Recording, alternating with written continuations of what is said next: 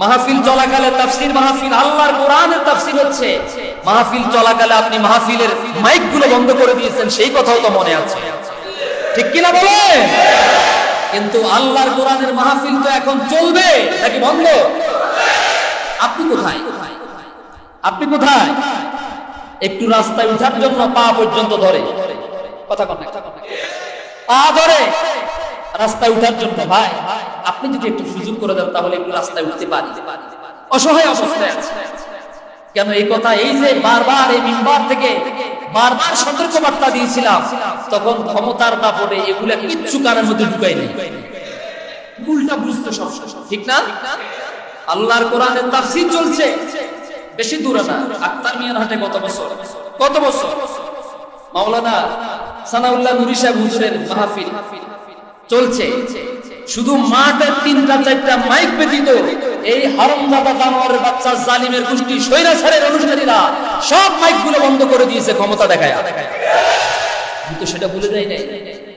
আজ কোথায় আমার আল্লাহর কোরআন? তো আজও আছে, আছে না নাই?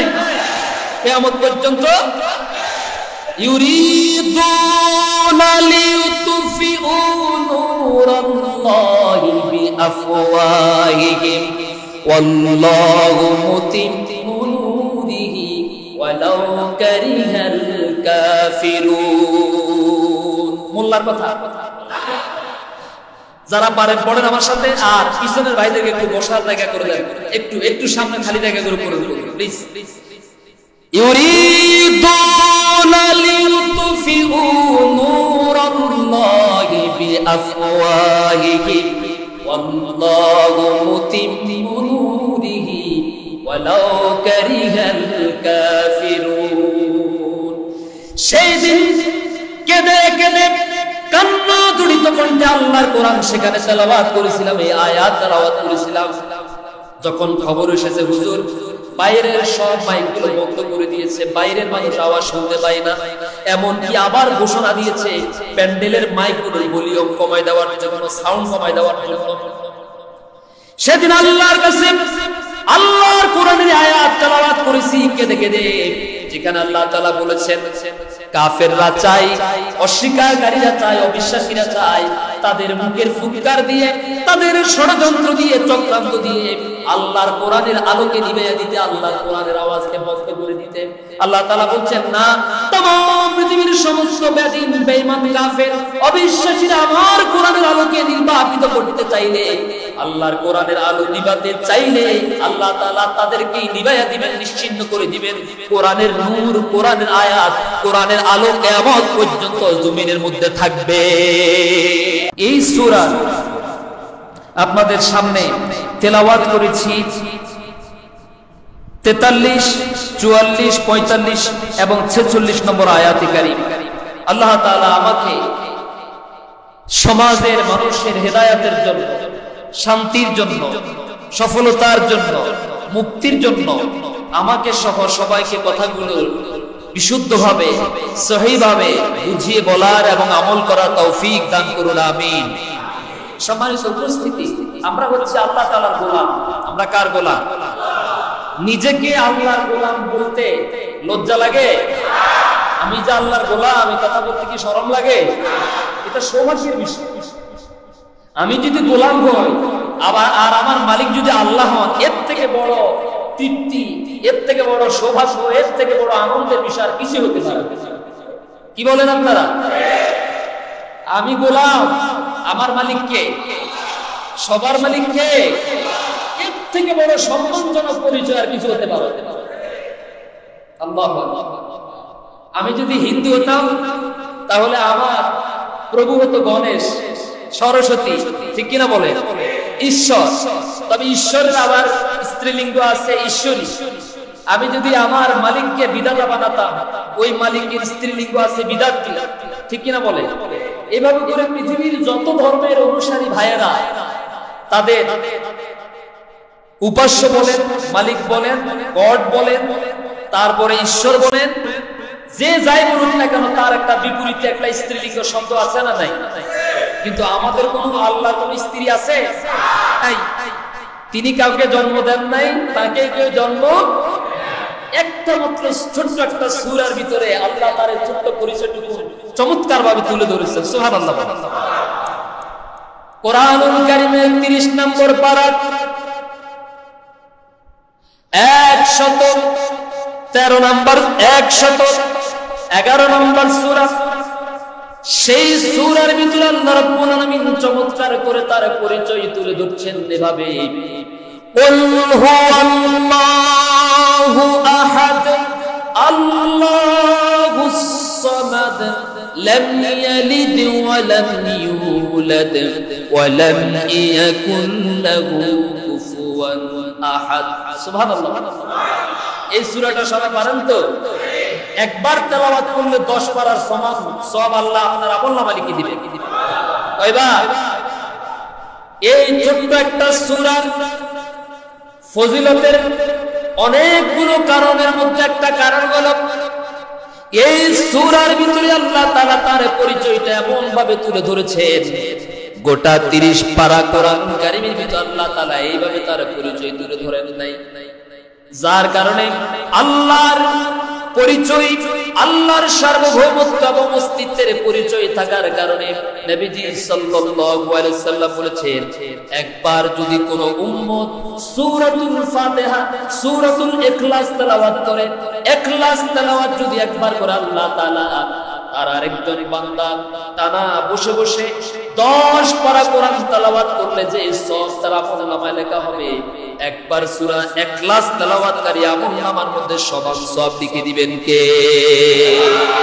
পড়েন আমার সাথে, কুল হুয়াল্লাহু আহাদ আল্লাহুস সামাদ লাম ইয়ালিদ ওয়া লাম ইউলাদ ওয়া লাম ইয়াকুল লাহু কুফুয়ান আহাদ।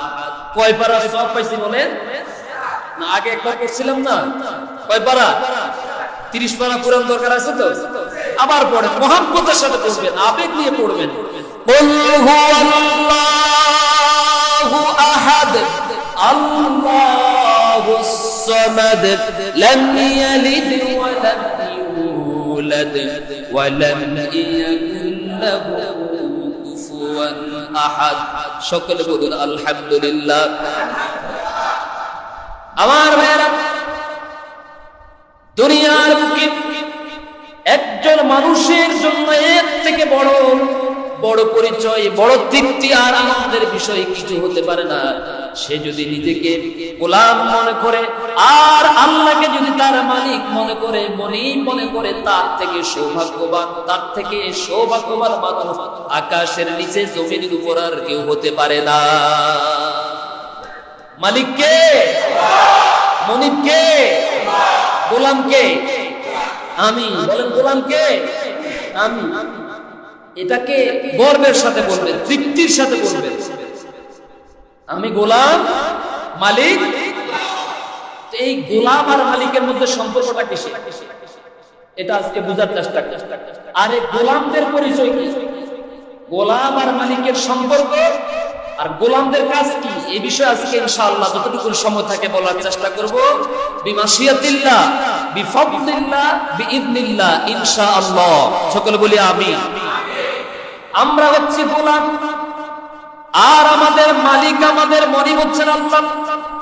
এই গোলামদের কাজ হলো 24টা ঘন্টা গোলামের মধ্যে ডুবে থাকা, লিপ্ত থাকা। গোলামের কাজ হলো 24টা ঘন্টা মালিকের আইন, মালিকের হুকুম, মালিকের বিধানকে মাথা পেতে নেওয়া, বরণ করে নেওয়া, মেনে নেওয়া। মালিকের কোন সিদ্ধান্তের সামনে গোলাম কখনো যুক্তি উপস্থাপন করতে, কথা কি বুঝা যায়?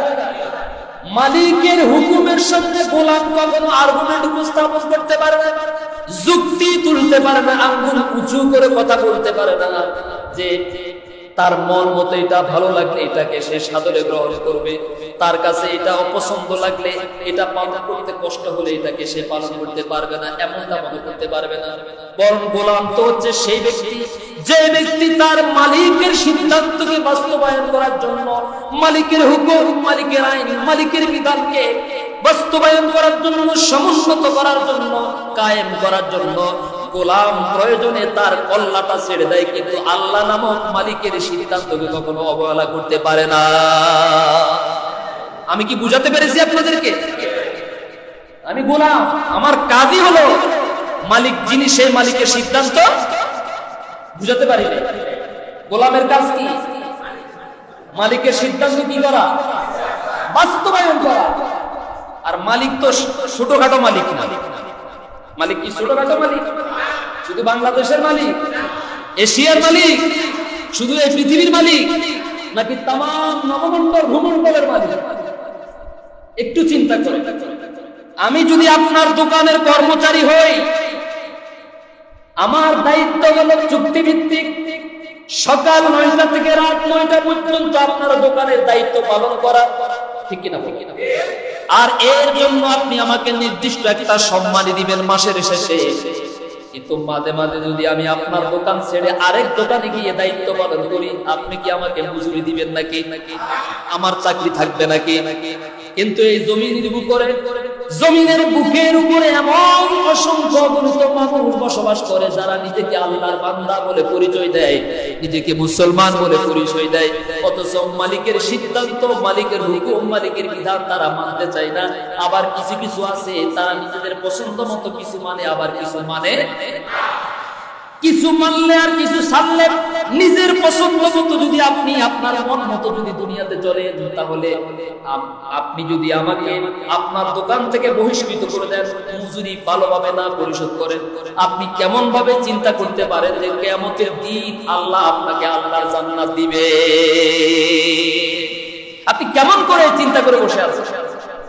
আমি যদি আপনার দোকানের দায়িত্ব যথাযথভাবে পালন না করি, আপনার দোকানের কর্মচারীর পরিচয় দিয়ে আরেক দোকানে গিয়ে কর্মচারী দায়িত্ব পালন করি, আপনি যেমন করে আমাকে মজুরি দিবেন না, পারিশ্রমিক দিবেন না, বেতন দিবেন না, প্রয়োজনে আমাকে চাকরি থেকে বের করে দিবেন, এটা যদি আপনি মনে করেন দুনিয়ার এই ছোটখাটো, যদি মালিকরা এইভাবে আপনার সাথে আচরণ করে, যিনি তামাম কুল কায়নাতের মালিক, সে আল্লাহ আপনার মতো গোলামকে দুনিয়ার জীবনে পরিচালিত করার জন্য একটা বিধান দিলেন, হুকুম দিলেন, আইনের কিতাব দিলেন, আপনি তো আপনার মন মতো সেটাকে মানলেন, মন মতো ছাড়লেন। আপনি কিভাবে চিন্তা করতেছেন?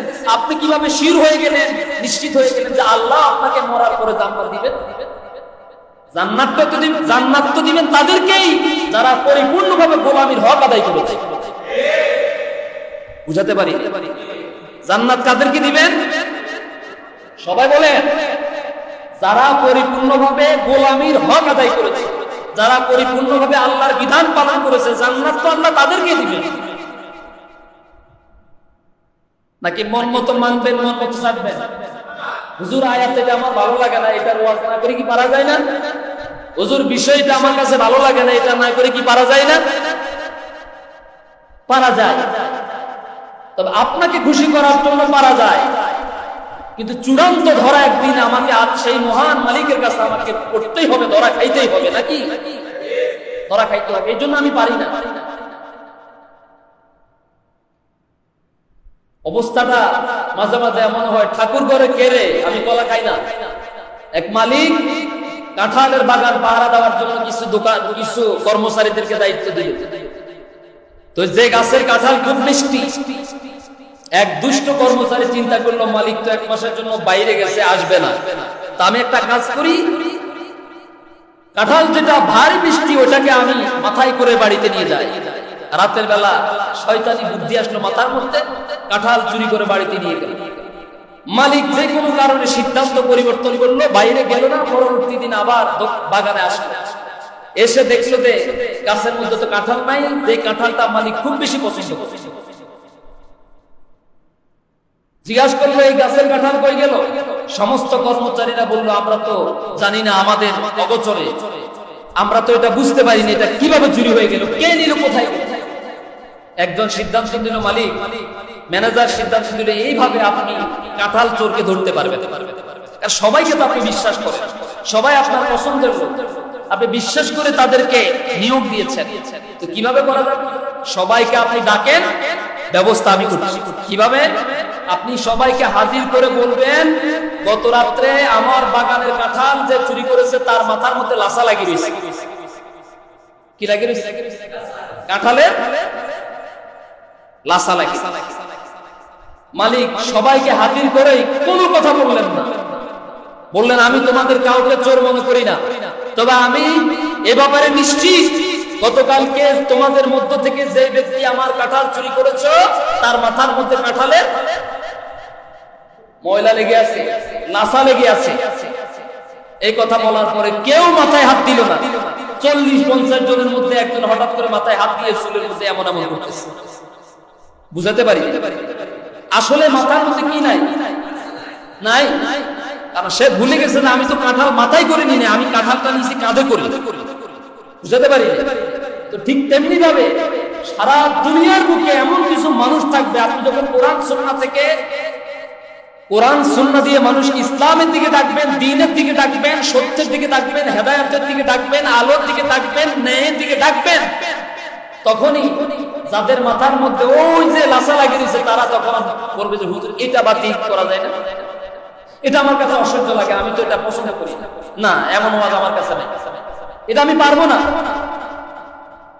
সুতরাং আপনি যদি আল্লাহর গোলাম হয়ে থাকেন আর আল্লাহকে যদি আপনি মালিক মনে করে থাকেন আর আপনি যদি নিশ্চিত এটা ধারণা পোষণ করে থাকেন যে আল্লাহ জান্নাত আমার জন্য রেখেছে, তাহলে আপনাকে জাহান্নামী আচরণ করা, মালিকের অবাধ্য হওয়া যাবে না। আমি আজকে একটা কথা বলি, মনে রাখবেন, আমরা যারা মুসলমান আমাদের 24 ঘন্টার সময় হচ্ছে গোলামীর সময়। কিসের সময়? আপনি ঘুমাবেন এটাও আপনার এক গোলামি, ঠিক কিনা বলেন? আপনারা ঘুম দিচ্ছেন কে? ঘুম দিচ্ছেন কে? গত পরশুদিন আয়নাঘর থেকে ফিরে আসা একজন ভাই কেঁদে কেঁদে বর্ণনা দিয়ে বলছেন 6 বছরের জীবনে কোনোদিন একটু বসে মাথাটাকে বালিশের মধ্যে দিয়ে ঘুমাইতে পারি নাই। ঘুম যে একটা নেয়ামত, আল্লাহ প্রদত্ত একটা নেয়ামত, এই নেয়ামত 6 বছর পর্যন্ত ভোগ করতে পারি নাই। শুধু এইভাবে চোখ বাঁধা, এইভাবে ছোট্ট একটা রুমের ভিতরে 24টা ঘন্টা বসে রাখছো, দিনের পর দিন, সপ্তাহের পর সপ্তাহ, মাসের পর মাস, বছরের পর বছর চলে যেত, কিন্তু ওই আয়নাঘরের ভিতরে কোনদিন একটা বার মাথার নিচে বালিশ দিয়ে ঘুমাবার সেই সময় আমাদেরকে দেয় নাই। এই ঘুমটা কে দিয়েছেন? আপনি যখন ঘুমাতে যাবেন, আল্লাহুম্মা বিসমিকা আমুতু, ও আল্লাহ আমি তোমার নামে মৃত্যুবরণ করছি, আবার তোমার নামে জীবিত হব। আপনি যদি এশারের নামাজটা জামাতের সাথে পড়েন আর আল্লাহর নাম নিয়ে ঘুমাতে যান, ফজরের নামাজটা যদি জামাতের সাথে আদায় করেন, আল্লাহ রাব্বুল আলামিনের একজন বান্দা সারা রাত দাঁড়িয়ে দাঁড়িয়ে নফল ইবাদত করলে যে সওয়াব হবে, বান্দা এশারের নামাজ আর ফজরের নামাজ জামাতের সাথে পড়ে, জামাতের সাথে পড়ার কারণে, আল্লাহর নাম নিয়ে ঘুমানোর কারণে আল্লাহ তাআলা তার আমলনামার মধ্যে সেই পরিমাণ সওয়াব লিখে দিবে। দেখছেন? আপনি কিন্তু ঘুমাচ্ছেন, কিন্তু আল্লাহ এটাকে কিসের খাতায় লিখে দিয়েছেন? ইবাদতের খাতায়, সওয়াবের খাতায়। আমরা সবাই এরকম আমল করতে চাই তো ইনশাআল্লাহ? এশারের নামাজ না পড়লে চলবে? চলবে তো? আওয়াজ কম, হুজুর দেশ স্বাধীন হয়েছে আর নামাজ পড়ি না, কেমন? মনে রাখবেন, স্বাধীনতা অর্জনের চাইতে স্বাধীনতা রক্ষা করা কঠিন না সহজ? এই জন্য এখন আরো বেশি করে ইবাদত করা লাগে। কথা বলেন। আল্লাহ তাআলা রাসূলকে কি বলছেন শুনেন, ইযা জাআ নাসরুল্লাহি ওয়াল ফাত ওয়া রাআইতান নাসা ইয়াদখুলুনা ফি দীনিল্লাহি আফওয়াজা ফাসাব্বিহ বিহামদি রাব্বিকা ওয়াস্তাগফিরহু ইন্নাহু কানা তাওয়াবা। কার কথা? হে রাসূল, যখন আল্লাহর পক্ষ থেকে বিজয় আসবে তখন আপনি দেখতে পাবেন, বিজয় যখন আসবে, যখন স্বাধীন হয়ে যাবে, ইসলামের বিজয় যখন এসে গেছে, তখন আপনি দেখবেন মানুষেরা দলে দলে গুমরাহির পথ পরিত্যাগ করে, অন্যায়ের পথ পরিত্যাগ করে, জুলুমের পথ পরিত্যাগ করে, তাওবা করে চিরদিনের জন্য ইসলামে তারা প্রবেশ করবে। সুবহানাল্লাহ। ফি দীনিল্লাহি, দিন, ফি বলেন, ফি দীনিল্লাহি, কার দিনে? মানে ইসলাম, দিন মানে জীবন ব্যবস্থা। ফি দীনিল্লাহি আফওয়াজা, আফওয়াজা মানে হচ্ছে গ্রুপে গ্রুপে, দলে দলে। তারা বলবে এতদিন পর্যন্ত আমরা জুলুম করেছি, অন্যায় করেছি, অপরাধের পথে ছিলাম, হত্যাকারীদের সমর্থনকারী ছিলাম, অন্যায়কারীদের দলে ছিলাম, আর আমরা সেই দল সমর্থন করতে পারি না, সেই পথ আমরা অবলম্বন করতে পারি না। যখন স্বাধীনতা অর্জন হয়েছে, চলো আমরা সবাই সংঘবদ্ধভাবে দলে দলে আল্লাহর দ্বীন ইসলামে প্রবেশ করি। সুবহানাল্লাহ।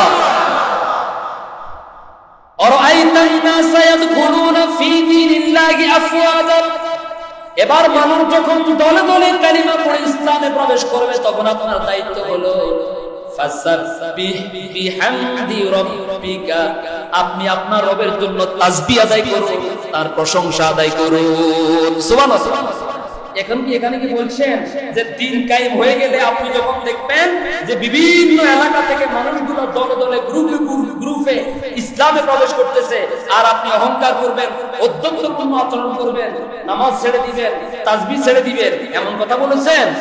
আল্লাহ বলেছেন যখনই আপনি দেখবেন মানুষেরা দলে দলে ইসলামে প্রবেশ করতেছে, তখনই আপনার দায়িত্ব হলো ফাসাব্বিহ, তাসবিহ আদায় করুন, বিহামদি রাব্বিকা, আপনার রবের প্রশংসা আদায় করুন। সুবহানাল্লাহ।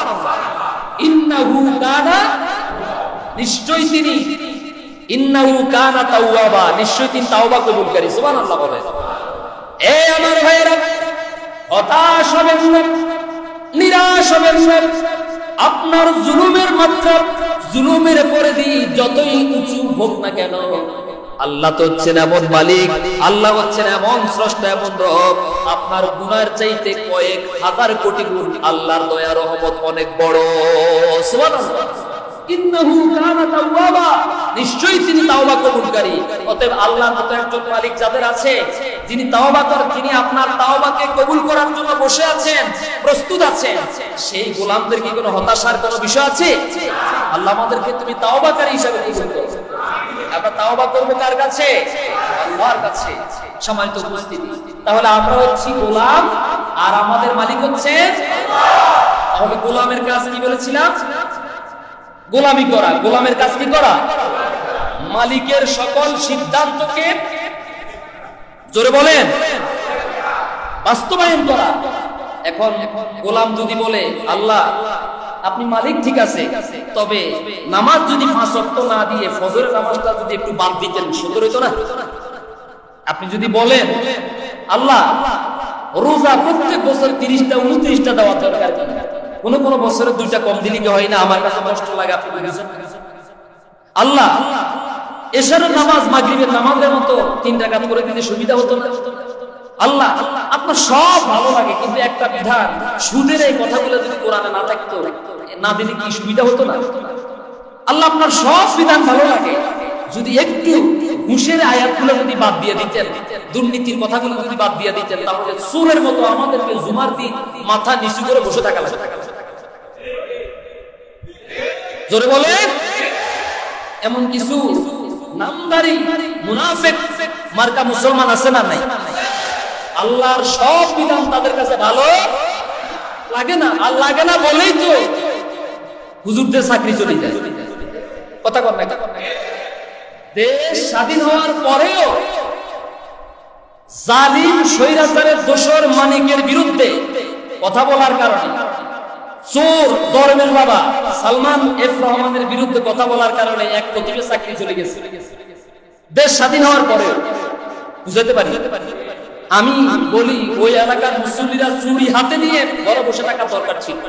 ওই এলাকায় পুরুষ নাই, এই জন্য হুজুরের চাকরি চলে গেছে। ঠিক কিনা বলে? ওই এলাকায় যদি পুরুষ থাকতো আর ওমর ইবনে খাত্তাব রাদিয়াল্লাহু তাআলা এর অনুসারীরা যদি থাকতো, তাহলে কিন্তু খতিবের চাকরি যেত না, বরং ওই মসজিদ কমিটিকে জুতার মালা দিয়ে এলাকা ছাড়া করত। তো বড় সাহস, এখনো খতিবের বিরুদ্ধে কথা বলে। তাহলে আমরা গোলাম, আমাদের কাজ গোলামি করা, আর যিনি হুকুম দিবেন তিনি কে? আপনি বুঝেন না? ধরেন আপনি একটা দল করেন, আপনি দল করতে গিয়ে দলের নীতিমালার বিপক্ষে যদি উল্লসিত হয়ে আবেগপ্রবণ হয়ে কিছু কাজ করেন, কাজটা করেছেন আপনি ভেবেছেন আমি যদি এই কাজটা করি তাহলে হয়তো আমার দল খুশি হবে, কিন্তু আপনি যখন কাজটা করেছেন তখনই আপনার বিরুদ্ধে আপনার দল থেকে প্রজ্ঞাপন জারি হয়ে গেছে, অমুক এলাকার অমুক ইউনিয়নের অমুক ব্যক্তিকে দল বহির্ভূত কোনো কাজ করার কারণে হয় না, হয় কিনা বলে হয়েছে না? তার মানে দল আপনার এত আবেগকে পছন্দ করে না, ঠিক কিনা?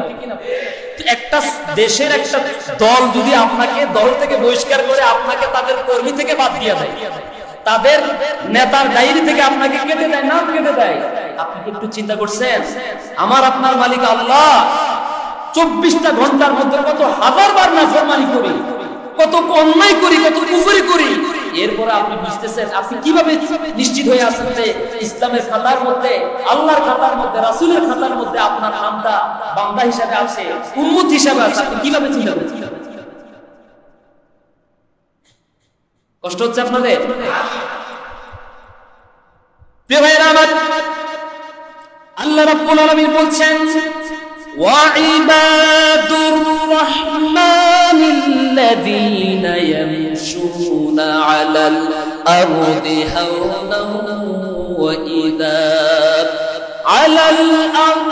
هونا وإذا خاطبهم الجاهلون قالوا سلاما।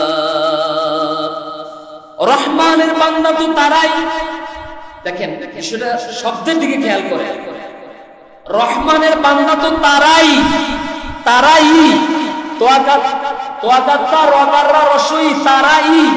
না, তারা কারণ আপনি তো নির্দিষ্ট করে দিয়েছেন, খাস করে দিয়েছেন, আমি আপনি মন চাইলেই নিজেকে আমার চেয়ারম্যানের চারিত্রিক সনদপত্রের মধ্যে আব্দুল মান্নান, মাওলানা আব্দুল মান্নান লেখা থাকতে পারে, মাওলানা আব্দুল সালাম লেখা থাকতে পারে, পারে না? কিন্তু এই খাতা কি আল্লাহর কাছে গ্রহণযোগ্য?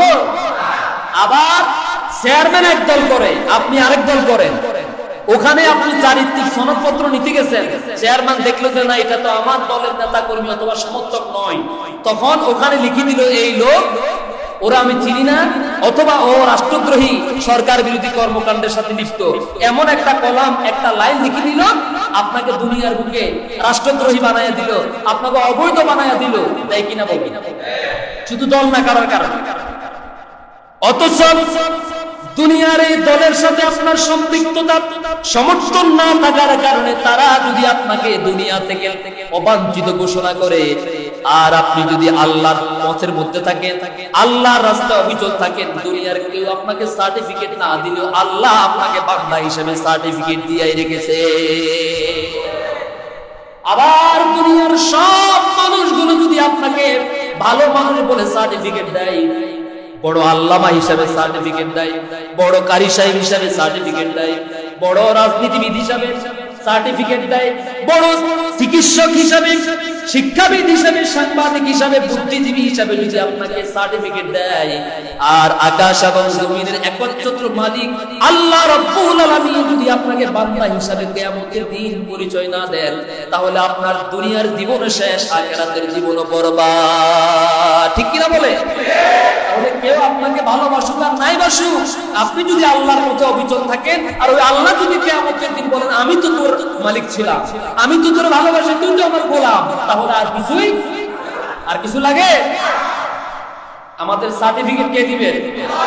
আমরা তো এতদিন সার্টিফিকেটের বাইরে ছিলাম, কথা বল না, এতদিন কোথায় ছিলাম? সার্টিফিকেটের বাইরে ছিলাম। আমরা ছিলাম লাঞ্ছিত, আমরা ছিলাম অবাঞ্ছিত, আমরা ছিলাম মজলুম, আমরা ছিলাম অপমানিত, আমরা ছিলাম অপদস্থ, শুধু একটাই মাত্র কারণ, আমরা হচ্ছি লা ইলাহা ইল্লাল্লাহু মুহাম্মাদুর রাসূলুল্লাহ সাল্লাল্লাহু আলাইহি সাল্লামের অনুসারী। ঠিক কিনা বল? সময় পাল্টাতে দেরি হয় না, সূর্য 24 ঘন্টার মধ্যে শুধু এক জায়গায় স্থির থাকে না, নাকি ঘুরে বিচরণ করে না? সকালবেলা ছিল এক জায়গায়, এখন কি সেই জায়গায় নাকি আরেক জায়গায়? ঠিক আজকে আমি পৃথিবীর এক প্রান্তে আছি, আপনি আরেক প্রান্তে আছেন। সময় খারাপ যাচ্ছে, সময় খারাপ গিয়েছে, আপনি যা করেছেন সব পাল্লা পেতে নিয়েছেন। ঠিক কিনা বলেন? মাহফিল চলাকালে তাফসীর মাহফিল, আল্লাহর কোরআনের তাফসীর হচ্ছে, মাহফিল চলাকালে আপনি মাহফিলের মাইকগুলো বন্ধ করে দিয়েছেন, সেই কথাও তো মনে আছে, ঠিক কিনা বলে? কিন্তু আল্লাহর কোরআনের মাহফিল তো এখন চলবে নাকি বন্ধ? আপনি কোথায়? আপনি কোথায়? একটু রাস্তায় উঠার জন্য পা পর্যন্ত ধরে, কথা কন না, পা ধরে রাস্তায় উঠার জন্য। ভাই, আপনি যদি একটু সুযোগ করে দেন তাহলে একটু রাস্তায় উঠতে পারি। অসহায় অবস্থায় আছে। কেন এই কথা? এই যে বারবার এই মিম্বার থেকে বারবার সতর্ক বার্তা দিয়েছিলাম, তখন ক্ষমতার দাপটে এগুলা কিচ্ছু কানের মধ্যে ঢুকাই নেই, উল্টা বুঝতে সব, ঠিক না? আল্লাহর কোরআনের তাফসীর চলছে, বেশি দূরে না, আক্তার মিয়ার হাটে কত বছর মাওলানা সানাউল্লাহ নুরি সাহেব হুজুরের মাহফিল চলছে। শুধু মাঠের 3-4টা মাইক ব্যতীত এই হারামজাদা জানোয়ারের বাচ্চা জালিমের গোষ্ঠী স্বৈরাচারের অনুসারীরা সব মাইকগুলো বন্ধ করে দিয়েছে ক্ষমতা দেখায়। কিন্তু সেটা ভুলে যায় নাই। আজ কোথায় আমার আল্লাহর কোরআন? তো আজও আছে, আছে না নাই? কিয়ামত পর্যন্ত ইউরিদুনা লিউতফিউ নূরাল্লাহি বিআফওয়াহিহিম ওয়াল্লাহু মুতিম্মু নূরিহি ওয়ালাউ কারিহাল কাফিরুন। মোল্লার কথা। যারা পারেন পড়েন আমার সাথে, আর পিছনের ভাইদেরকে একটু বসার জায়গা করে দেন, একটু সামনে খালি জায়গা করে দেন প্লিজ। ইউরিদুনা লিউতফিউ নূরাল্লাহি বিআফওয়াহিহিম ওয়াল্লাহু মুতিম্মু নূরিহি ওয়ালাউ কারিহাল কাফিরুন। সেই দিন কেঁদে কেঁদে কান্না জড়িত কণ্ঠে আল্লাহর কোরআন সেখানে তেলাওয়াত করেছিলাম, এই আয়াত তেলাওয়াত করেছিলাম। যখন খবর এসেছে হুজুর বাইরের সব মাইকগুলো বন্ধ করে দিয়েছে, বাইরের মানুষ আওয়াজ শুনতে পায় না, এমনকি আবার ঘোষণা দিয়েছে প্যান্ডেলের মাইকগুলোর ভলিউম কমায় দেওয়ার জন্য, সাউন্ড কমায় দেওয়ার জন্য। সেদিন আল্লাহর কাছে আল্লাহর কোরআনের আয়াত তেলাওয়াত করেছি কেঁদে কেঁদে, যেখানে আল্লাহ তাআলা বলেছেন কাফেররা চাই, অস্বীকারীরা চাই, অবিশ্বাসীরা চাই তাদের মুখের ফুৎকার দিয়ে, তাদের ষড়যন্ত্র দিয়ে, চক্রান্ত দিয়ে আল্লাহর কোরআনের আলোকে নিভিয়ে দিতে, আল্লাহর কোরআনের আওয়াজকে বন্ধ করে দিতে। আল্লাহ তাআলা বলছেন না, तमाम পৃথিবীর সমস্ত বেদিন, বেঈমান, কাফের, অবিশ্বাসীরা আমার কোরআনের আলোকে নির্বাপিত করতে চাইলে, আল্লাহর কোরআনের আলো নিভাতে চাইলে আল্লাহ তাআলা তাদেরকে নিভাইয়া দিবেন, নিশ্চিহ্ন করে দিবেন। কোরআনের নূর, কোরআনের আয়াত, কোরআনের আলো কিয়ামত পর্যন্ত জমিনের মধ্যে থাকবে। এ ওয়াদা কার? এটাই প্রমাণ তারা কোরআনের আলো নিভাতে এসেছে, তারা নিজেরাই নাকি আছে? গত কয়েক মাস আগে এখানে বলেছিলাম ঢাকা বিশ্ববিদ্যালয়ের ছাত্ররা আল্লাহর কোরআন তেলাওয়াতের আয়োজন করার কারণে ছাত্রদেরকে ডিপার্টমেন্ট থেকে বহিষ্কার করা হয়েছে, ছাত্রদের বিরুদ্ধে প্রশাসনিক ব্যবস্থা নেওয়া হয়েছে, ঠিক কিনা বলে? মাত্র সময়ের পরিবর্তন, ওই যে একটু আগে বলেছিলাম সময়ের পরিবর্তনে আজকে আপনি পৃথিবীর এই জায়গায় আছেন, আমি ওই জায়গায় আছি। পৃথিবী ঘূর্ণায়মান, আপনার জায়গায় যেতে আমার সময় লাগবে না, আমার জায়গায় আসতে হয়তো আপনার সময় লাগবে না। যে বিশ্ববিদ্যালয়ে আল্লাহর কোরআনকে নিষিদ্ধ করা হয়েছে, আল্লাহর কোরআনের আলোকে, আল্লাহর কোরআনের তেলাওয়াতকে অবাঞ্ছিত ঘোষণা করা হয়েছে, আল্লাহর গজব মাত্র কয়েক মাসের ব্যবধানে ওই জমিনের মধ্যে তাদের গজবে তারা ধ্বংস হয়ে গেছে। সেখানে এখন আলহামদুলিল্লাহ আপনারা দেখেছেন চট্টগ্রাম বিশ্ববিদ্যালয়, যেটা ছিল সন্ত্রাসীদের রাজত্বের কারখানা, ঠিক না? নেশা থেকে শুরু করে অস্ত্র, টেন্ডার, চাঁদাবাজি, মারামারি, এমন কোন রাস্তা নেই যেটা তারা করে নাই। এটা বিশ্ববিদ্যালয় ছিল না, দেশের প্রত্যেকটি বিশ্ববিদ্যালয়কে তারা সন্ত্রাসের রাজত্বের কেন্দ্রবিন্দু বানিয়েছে। সেই বিশ্ববিদ্যালয় এখন আলহামদুলিল্লাহ হাজার হাজার ছাত্র ছাত্রী কোরআন তেলাওয়াত করছে, হামদ তেলাওয়াত করছে, আলহামদুলিল্লাহ বলে। যেই ডিপার্টমেন্টের যেই চেয়ারম্যান, যিনি কোরআন তেলাওয়াতে অংশ করা ছাত্র ছাত্রীদেরকে প্রশাসনিকভাবে তাদের বিরুদ্ধাচরণ করেছে, পদক্ষেপ নিয়েছে, সেই বিশ্ববিদ্যালয়ের সেই চেয়ারম্যানকে অপমান, লাঞ্ছিত অবাঞ্ছিত করে সেখান থেকে তাকে বহিষ্কার করা হয়েছে। শুধু তাই না, ওরে কোরআন তেলাওয়াত শোনানো হয়েছে। দেখছেন আপনারা, কোরআন তেলাওয়াত আমাদেরকে করতে দেশ নাই। এখন আমরা তোরে বিশ্ববিদ্যালয় থেকে বের করব এবং কোরআন তেলাওয়াতের মাধ্যমে তোরে এখান থেকে বের করব। দেখছেন কিনা আপনারা? আবার ভাইয়ারা, সম্মানিত সুধী মণ্ডলী, তাহলে রহমানের বান্দা যারা, তারা এই সকল কাজ করতে বলেন? জ্বালাও পোড়াও ভাঙচুর এগুলা কি তারা করতে পারে? ঘুম এমন একটা ইবাদত, এমন একটা জিনিস, ওই ভাইটা কেঁদে কেঁদে দিচ্ছেন 6 বছরের মধ্যে কোনোদিন মাথার নিচে বালিশ দিয়ে ঘুমাতে পর্যন্ত দেয় নাই। আপনি কতক্ষণ পারবেন? এখন সুশীল সাজতেছেন না? এই সুশীলগিরি কোথায় ছিল যখন তামিলুল মিল্লাত কামিল মাদ্রাসার মুহাদ্দিস হুজুরের হাতের মধ্যে পায়ের মধ্যে ডান্ডা বেড়ি পরায়া তারা হেস্তা করে নিয়েছিল? তখন আপনার সুশীলগিরি কোথায় ছিল? দীর্ঘ 17টা বছর পর্যন্ত বিরোধী মতাদর্শের এমন শিক্ষিত ভালো ভালো মানুষগুলোকে শুধুমাত্র তাদেরকে দমন করার জন্য হাতের মধ্যে পায়ের মধ্যে ডান্ডা বেড়ি পরায়া দিনের পর দিন এক জায়গা থেকে আরেক জায়গায় তারা হেস্তা করে নিয়েছিল। তখন আপনার সুশীলগিরি কোথায় ছিল? বাবার বয়সী, দাদার বয়সী, পাকা পাকা দাড়ি, এই দাড়ি ধরে যখন এই সন্ত্রাসীরা এইভাবে তাদেরকে নির্যাতন করেছে, তখন আপনার সুশীলগিরি কোথায় ছিল? করে নাই? করেছে কিনা বলেন? রাত 3টার সময় যখন গ্রামে আপনার ঘরে এসে, আপনার বাড়িতে এসে ঘুমন্ত মানুষকে দরদা লাথি মেরে নির্যাতন করে যখন ক্রস ফায়ার দিয়ে টানা হেস্তা করে হত্যা করে নিয়ে গিয়েছিল, তখন আপনার সুশীলগিরি কোথায় ছিল? তখন তো আপনি বলেন নাই এই লোকটা আমার এলাকার শিক্ষিত মানুষ, এই লোকটা আমার এলাকার সাংবাদিক, এই লোকটা আমার এলাকার চিকিৎসক, এই লোকটাকে এইভাবে কেন মানলো? তখন তো আপনি বললেন না। তখন বলেছেন হুজুর পরিবেশ খারাপ, সময় খারাপ, কি করবো কিছু তো বলতে পারতেছি না। ও এখন সময় ভালো হয়েছে, এখন লেখালেখি সুযোগ পাচ্ছে। সুশীলগিরি বাদ দেন। 17 বছরে যত কিছু হয়েছে, এই 1 মাসে এটার 1000 ভাগের 1 ভাগ হয়েছে। বলেন হয়েছে? কিচ্ছু হয়নি। কারণ ওরা যেমনটা ছিল আমরা তেমনটা নয়। ঠিক কিনা বলেন? আমরা আগামী দিনে দেশকে গড়ার জন্য ওরা যেটা ভেঙে গেছে আমরা সেটাকে গড়বো ইনশাআল্লাহ, সবাই মিলে ইনশাআল্লাহ। আগামী দিনে যারাই ক্ষমতায় আসবে আল্লাহ তাআলা যেন তাদেরকে এই সহিবু, এই ঈমান যেন দান করেন বলি। গোলামের কাজ গোলামি করা, আল্লাহর জমিনে আল্লাহর রাজ কায়েম করা, হুকুম কায়েম করা। ঠিক কিনা বলেন? আল্লাহ কি বলেছেন? ফেরেশতাদেরকে আল্লাহ রাব্বুল আলামিন বললেন,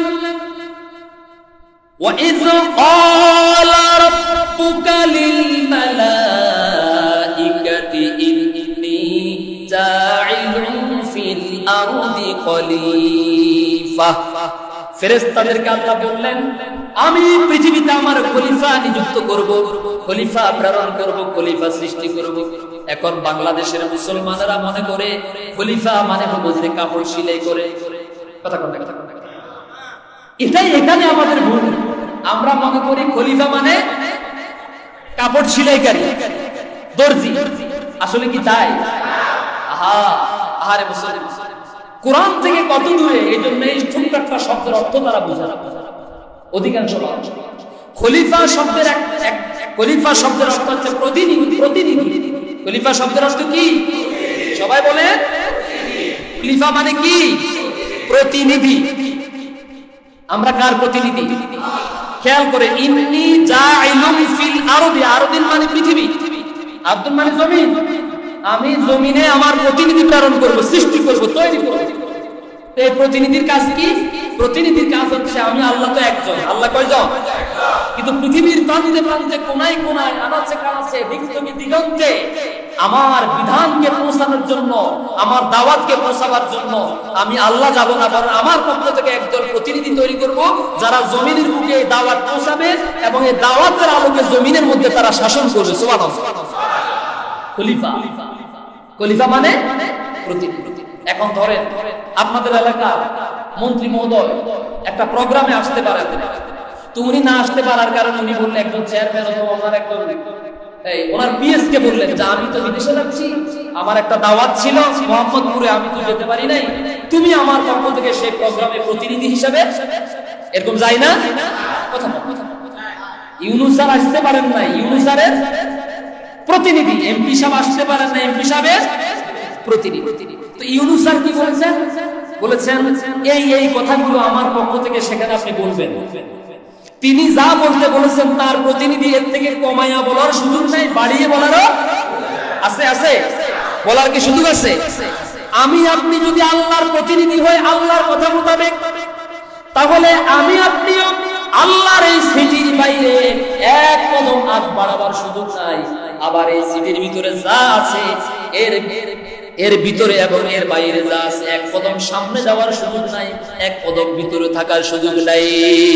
আছে? কারণ আপনি তো খলিফা না, আপনি প্রতিনিধি আল্লাহ। এর অর্থ হচ্ছে আপনি আপনার থেকে বানিয়ে আপনার সিদ্ধান্ত মোতাবেক আপনার রচিত কোনো আইন, আপনার রচিত কোনো মতাদর্শ, আপনার রচিত কোনো চিন্তা, আপনার প্রদর্শিত কোনো রাস্তা আপনি মানুষকে দেখাতে পারবেন। আপনি মানুষকে দেখাবেন আল্লাহর রাস্তা আর মুহাম্মদুর রাসূলুল্লাহ সাল্লাল্লাহু আলাইহি সাল্লামের এর বাইরে যাওয়া আপনার কোনো সুযোগ। যেহেতু আপনি আগে বলেছেন আপনি কার খলিফা, আপনি বলেন না, আল্লাহ বলেছেন। এবার কিয়ামতের দিন আল্লাহ আপনার সারা জীবনে কি বলছেন, কি করেছেন, কার সাথে হেঁটেছেন, কার সাথে সঙ্গ দিয়েছেন, ব্যবসা করেছেন, এক কথায় আপনার জন্ম থেকে মৃত্যু পর্যন্ত সমস্ত কাজগুলো আমলনামায় লিপিবদ্ধ আছে না? এবার আল্লাহ তাআলা বলবেন কি করো, পড়ো। সুবহানাল্লাহ। সারা জীবনের সমস্ত আমলনামাগুলো তুমি পড়ো। ইকরা কিতাবাক ইকরা কিতাবাকা কাফা বিনাফসিকাল ইয়াওমা আলাইকা হাসিবা। তোমার আমলনামা তুমি পড়ো, তোমার ডায়েরি তুমি দেখো, তোমার হিসাবের খাতাটা তুমি নিজে পড়ে দেখো। আজ তোমার হিসাবের জন্য, তোমার বিচারের জন্য তুমি নিজেই যথেষ্ট। সুবহানাল্লাহ। এই আমলনামা দেখার পরে আল্লাহ যখন দেখবেন আমি আমার এই গোলামকে যে খেলাফতের দায়িত্ব দিয়ে, প্রতিনিধিত্বের যে দায়িত্ব নিয়ে পৃথিবীতে পাঠিয়েছিলাম, তার জীবনের আমলনামার সাথে কর্মকাণ্ডের সাথে যদি মিল থাকে, তাহলে আল্লাহ দেওয়া ওয়া'দাল্লাহুল লাযিনা আমানু ওয়া আমিলুস সালিহাতি আন্না লাহুম আজরান আযীমা। অথবা আরেক জায়গায় আল্লাহ তাআলা বলেছেন ওয়া'দাল্লাহুল লাযিনা আমানু ওয়া আমিলুস সালিহাতি লাহুম وعملوا الصالحات أن لهم جنات تجري من تحتها الأنهار। যদি আপনার জীবনের কর্মকাণ্ডগুলো আমলনামাগুলো যদি খলিফার আমলের সাথে যদি মিলে যায়, আল্লাহ যে উদ্দেশ্য নিয়ে আপনাকে পৃথিবীতে সৃষ্টি করেছেন সেই উদ্দেশ্য যদি এটার সাথে মিলে যায়, তাহলে আল্লাহ ওয়াদা দিয়েছেন, আল্লাহ আপনার জন্য এমন জান্নাত রেখে দিয়েছেন যেই জান্নাতের তলদেশে থাকবে নহর সমূহ। সুবহানাল্লাহ। তাহলে খলিফার আমলের সাথে যদি মিলে যায়, ঠিকানা কোথায়? সবাই বলুন। আর আল্লাহর সিদ্ধান্তের সাথে যদি আপনার সিদ্ধান্ত না মিলে, আল্লাহর উদ্দেশ্যের সাথে যদি আপনার জীবনের বাস্তবতার মিল না পাওয়া যায়, ঠিকানা কোথায় হবে? জাহান্নামে। কথা কি এ পর্যন্ত বুঝতে পেরেছেন? যেটা বুঝাতে চেয়েছিলাম, মনিব গোলাম আর মালিক, আর মালিকের বান্দা কারা, বান্দাদের বৈশিষ্ট্য কি, এই ব্যাপারে কথা বলতে চেয়েছিলাম। সময়ের স্বল্পতার কারণে আজকে এই পর্যন্ত। ইনশাআল্লাহ আগামী জুমাবারে রহমানের বান্দাদের গুণাবলী নিয়ে আলোচনা করা হবে ইনশাআল্লাহ। আল্লাহ তাআলা সেই পর্যন্ত সবাইকে সুস্থতার মতো নিয়ামত, হায়াতের মতো নিয়ামতকে সাথে নিয়ে আল্লাহর গোলামীর উদ্দেশ্যে আগামী জুমাবারে যথাসময়ে যথানিয়মে আসার তৌফিক দান করুন। আমিন। হাযা মা ইনদি ওয়াল ইলমু ইনদাল্লাহ আলাইহি তাওয়াক্কালতু ওয়া ইলাইহি উনীব। আসসালামু আলাইকুম ওয়া রাহমাতুল্লাহি তাআলা ওয়া বারাকাতুহু।